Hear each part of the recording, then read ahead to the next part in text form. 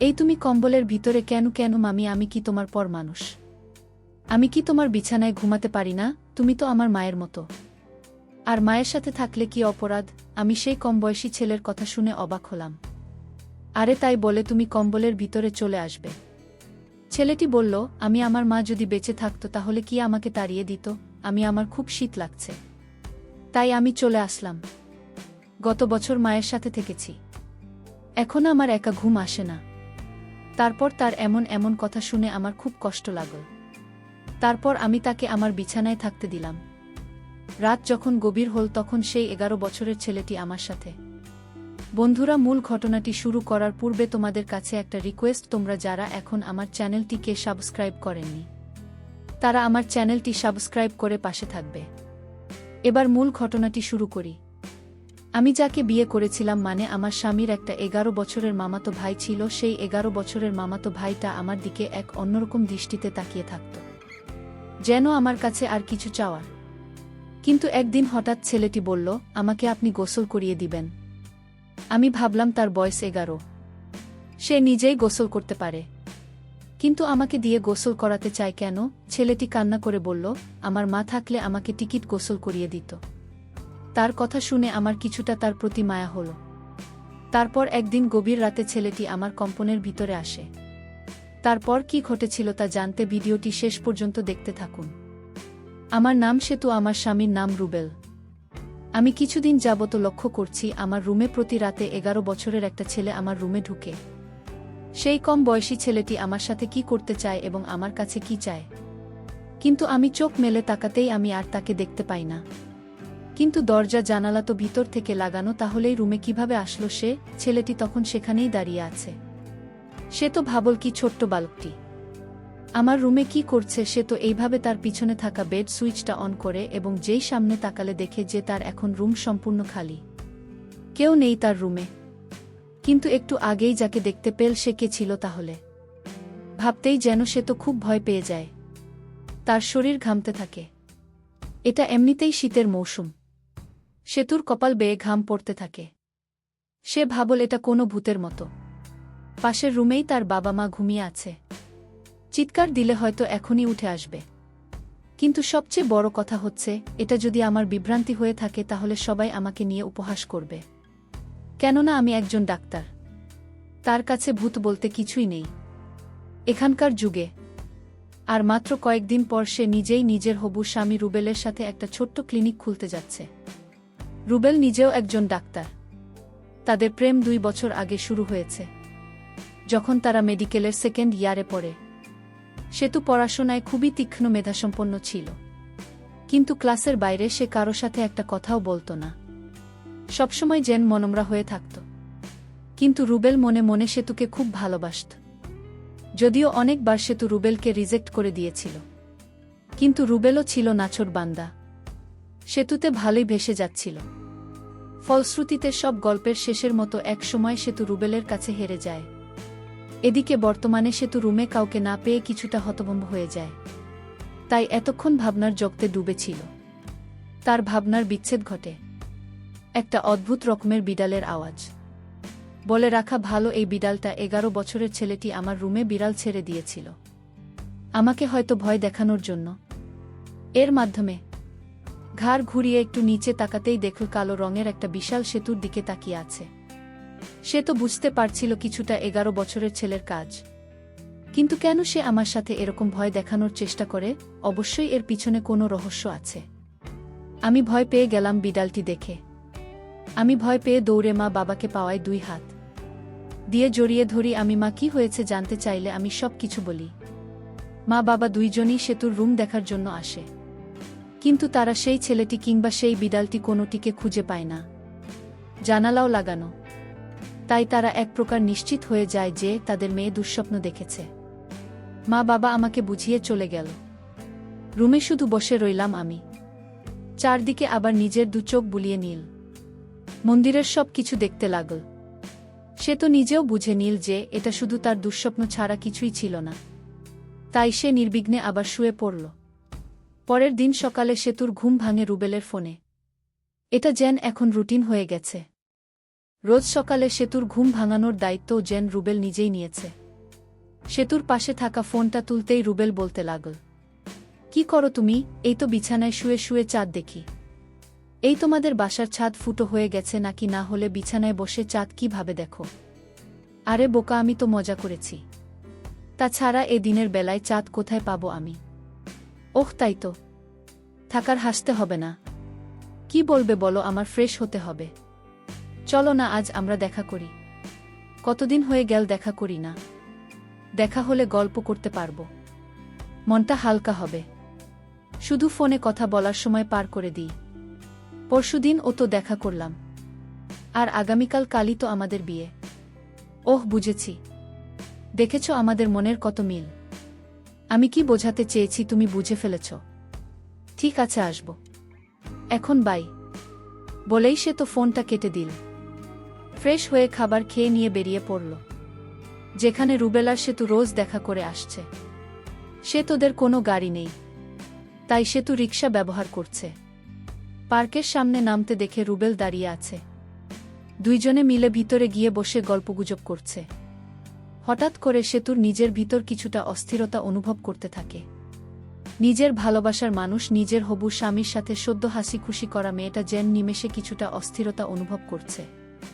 এই অস্থিরতা কিসের চাইতেও যেন মনে করতে পারছে না সেতু। রুবেল সেতুর এই দিকটা খুব ভালোভাবে লক্ষ্য করল। সে কিছু না বলে শুধু সেতুর এমন দশা দেখে যাচ্ছে। হঠাৎ একজন পথ ভিক্ষুক এসে রুবেলের সামনে বলল, স্যার গকটা টাকা দেন, আজ 2 দিন ধইরা কিছু খায় না। আগে রুবেল নিজের মানিব্যাগ থেকে 100 টাকার একটা নোট বের করে দেয়, কিন্তু এদিকে সেতু সামনে দাঁড়িয়ে থাকা এই লোকটিকে এক নজরে দেখে যাচ্ছে।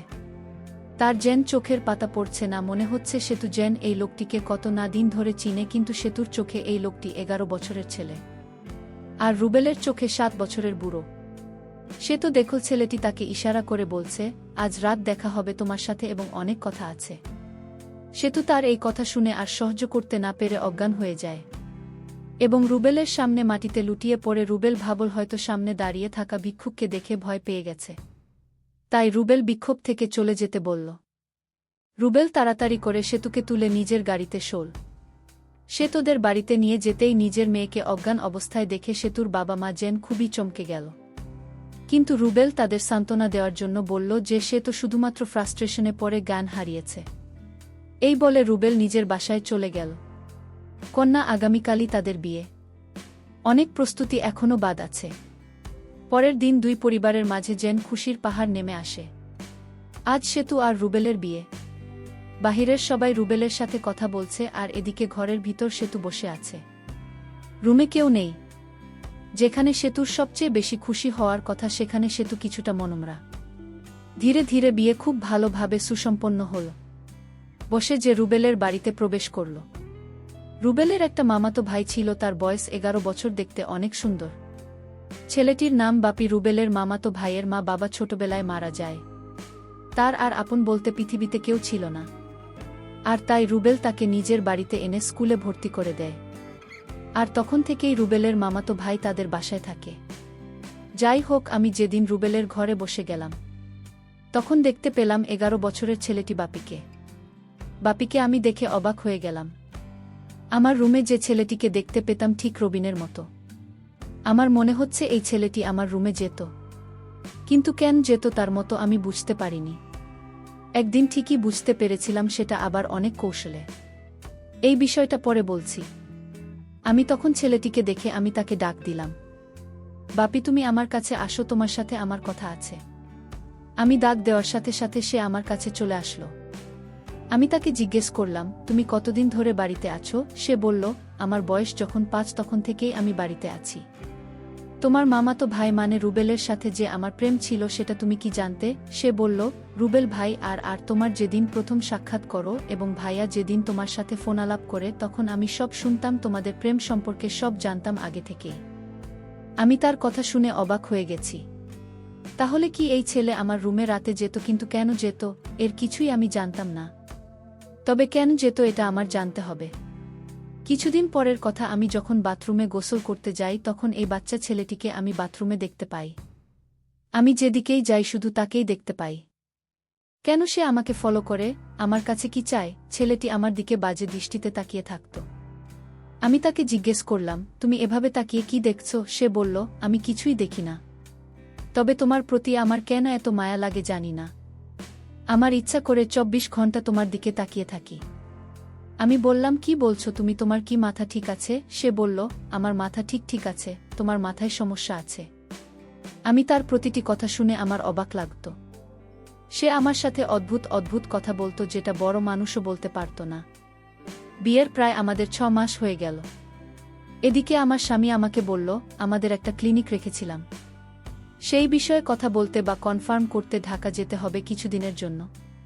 পরের দিন আমার স্বামী চলে গেল ঢাকায়। আমি বাসায় একা। আমার শ্বশুর বাড়িতে ছিল শুধু। আমার শাশুড়ি মা অনেক আগেই মারা গিয়েছিল। তারপর রাতের খাবার খেয়ে আমি আমার রুমে ঘুমাতে গেলাম। রাতের মাঝামাঝি সময়ে আমার ঘরে আমি কারো হাঁটার শব্দ শুনতে পেলাম এবং আমি আমার নিজের বাড়িতে যে বিড়ালটা ছিল সেই বিড়ালটা আমার রুমে দেখতে পেলাম। আমি ভয় পেয়ে কান্না করতে লাগলাম। হঠাৎ করে দরজাটা খুলে 11 বছরের ছেলেটি আমার কাছে এসে বলল, কি হয়েছে আপনার? কোনো সমস্যা হয়েছে কি আপনার? আমি বললাম, আমাদের বাড়িতেই বিড়ালটাকে আমি দেখতে পেতাম, কিন্তু আজ দেখি আমার শ্বশুরবাড়িতে তো এই বিড়ালটা দেখতে পেলাম। আর তাছাড়া আরও একটি কথা হলো, তোমাকে আমি বলিনি এখনো।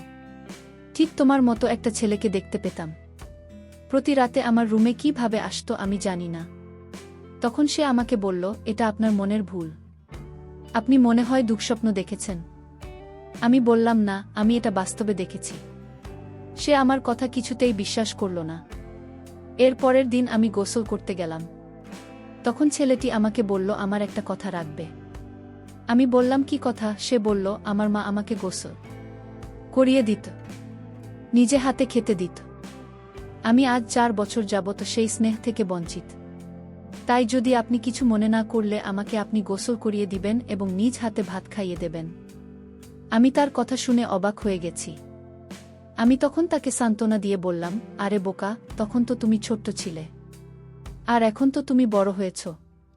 এখন তুমি নিজে গোসল করতে শিখেছ, নিজ হাতে খাইতে শিখেছ। এখন তো তুমি বড় হয়েছ। আমার কাছে তার এই চাওয়াটা আমার কাছে যেন অদ্ভুত লাগল। সে নিজেই পারে গোসল করতে, কিন্তু আমাকে বলছে গোসল করিয়ে দিতে। সে বলল, কোনো কিছু বলছো না যে আমি তাকে বলেছিলাম? আমি বলেছিলাম, তুমি আমার ছেলে না, আর তাই আমি তোমাকে গোসল করিয়ে দিতে পারবো না। হঠাৎ লক্ষ্য করলাম ছেলেটির চোখ দিয়ে পানি জবল করে পড়ছে, কান্না করছে আর আমাকে বলতে লাগল, বড়দের কাছ থেকে শুনেছি ভাবি হচ্ছে মায়ের সমতুল্য, তাহলে তুমি আমাকে কেন গোসল করাতে পারবে না আর নিজ হাতে ভাত খাওয়াতে পারবে না? আমি তার কথা শুনে বারবার অবাক হচ্ছি। বলে, কি ছেলেটা? আমি তাকে বলেছি, ঠিক আছে, আমি তোমার সব কথা শুনব, তার আগে তোমার একটা সত্যি কথা বলতে হবে। সে বলল, আমি কোনো দিন কারো সাথে মিথ্যা কথা বলিনি, আর বলবো না। আপনি বলেন, কি বলবেন?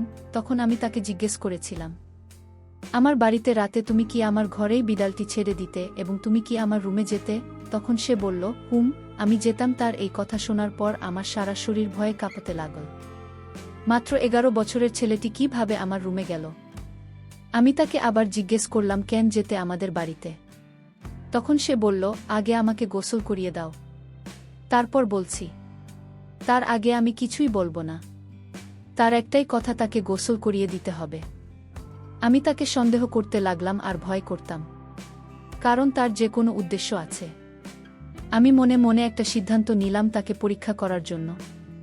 আমি তার মনের উদ্দেশ্য তা জানার জন্য আমি তাকে গোসল করাতে রাজি হলাম। আমি তাকে গোসল করাতে নিয়ে গেলাম। গোসল করার সময় সে কান্না করতে লাগল আর বলতে লাগল, আমার মা বেঁচে থাকলে হয়তো তোমার মতো এভাবে গোসল করিয়ে দিত।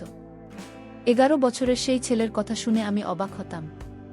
ঠিক আছে, আজ তো তোমায় গোসল করিয়ে দিলাম, তোমার কথা রাখলাম। এখন বলো, এই বিড়াল এবং আমার ঘরে তুমি কিভাবে যেতে? তখন সে যে কথাটা বলল তা শুনে আমার মনে হলো আমার দম বন্ধ হয়ে আসছে।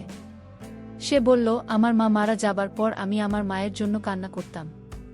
আমি আমার মাকে কিছুতেই ভুলতে পারতাম না। আমার মায়ের মুখখানা সবসময় চোখে ভেসে উঠত। আমার রাতে ঘুম আসত না। আমি মামার কোনো কথা শুনতাম না। আমি এদিক সেদিক চলে যেতাম। তখন মামা আমাকে একজন সাধু বাবার কাছে নিয়ে চলে সাধু বাবা আমায় দেখে বলল, এই ছেলে তার মায়ের জন্য পাগল। সে যদি তার মাকে দেখতে না পায় তাহলে কিছু দিনের ভিতরে পাগল হয়ে যাবে। মামা বলল, তাহলে এখন উপায় কি? সাধু বাবা তখন বলল, ওকে আমি একটা পোষা বিড়াল দিব। আর এই বিড়ালটি যার ঘরে থাকবে সেই ঘরে অবিবাহিত মেয়েটিকে সে তার মায়ের মতো দেখতে পাবে। সাধু বাবা তখন আমার মা আমাকে এই বিড়ালটি দিল এবং বলল যে এই বিড়ালটি যার বাড়িতে রাখবে সেখানেই তার মাকে দেখতে পাবে। মামা তখন এই বিড়ালটি দিয়ে আমায় বলল, আমার সন্তান মানে আমার মামাতো ভাই যাকে বিয়ে করব তার বাড়িতে রেখে আসো। আমি তাই করলাম। এরপর থেকে আপনারা দেখতে মায়ের মতো লাগে। তাই আপনাকে দেখার জন্য আপনার রুমে যেতাম, কারণ আপনি তখন আমার চোখে মায়ের মতো হয়ে গিয়েছিলেন। তাই আপনার মায়া আমি কিছুতেই ভুলতে পারিনি। আর মায়ের কিছুটা অভাব পূরণ করার জন্য আমার মামাতো ভাই আপনাকে বিয়ে করে, কারণ গুণী লোকেরা বলতো ভাবি মায়ের মতোই হয়। আর তাই আপনাকে এ বাড়িতে বিয়ে করে আনা হয়েছে। হয়তো এই সম্পূর্ণ প্ল্যান আমার ছিল, শুধু আমাকে ভালো রাখার জন্য। আমি তার কথা শুনে অবাক হয়ে গেলাম এবং তাকে আমি মায়ের মতো স্নেহ করা শুরু করলাম। হু